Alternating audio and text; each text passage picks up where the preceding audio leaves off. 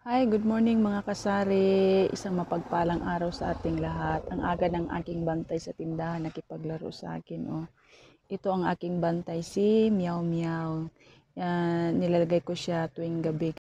Kaya pagbukas ko tuwing umaga, ayun, sinasalubong na niya ako. Nagpapapansin na siya sa akin. Laking tuwa ako kasi nakita ko lang ito sa iniwan ng magulang. Actually, dalawa yan silang magkapatid, kaso hindi pinalad. Yung isa, namatay. Sobrang naawa ako sa kanila ba. Inaalagaan ko talaga to ng gusto kasi nga, napulot lang namin, iniwan ng magulang nila. At sakto pa naman yung tindahan ko, ang daming mga maliliit na yung dagis, yung daga. So guys, ito ang aking ginagawa kasi pag nang grocery ako, hindi ko kaagad dinidisplay, kinabukasan ko pa ginagawa kasi ako na nga ang mamamalengke, ako pang mag-display, so wala nang time, pahinga muna ako, kaya kinabukasan ko na siyang din-display. So ito, display mode tayo. Ang napapansin ko kasi itong tindahan ko is 6 months old na siya, so 'di ba, napaka-fresh, napaka-bata.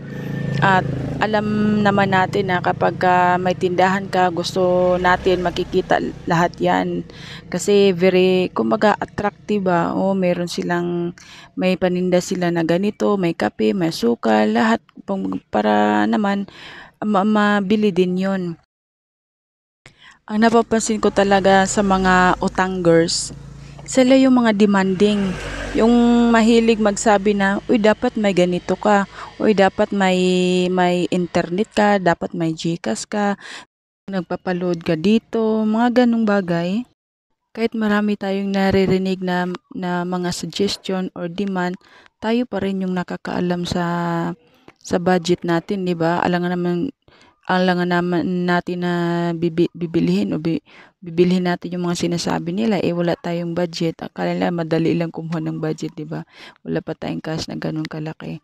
So, kalaunan, yung mga taong mahilig mag-suggest, sila pala yung mahilig mangutang. Kunwari, bili-bili, kunin nila yung loob mo, bibili mo na ng isa, dalawa, tapos sabihin, feeling close na sila kaagad sa'yo, or ikaw, or ano man. Tapos sabihin na pautang mo na. Siyempre, nakakahiya naman. Kaya pautangin mo din kasi nakikita na mo na meron kang naka-display.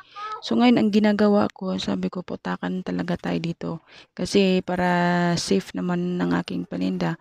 So ang ginagawa ko lalo na sa mga inumin, hindi ko talaga dinidisplay, tinatago ko sila.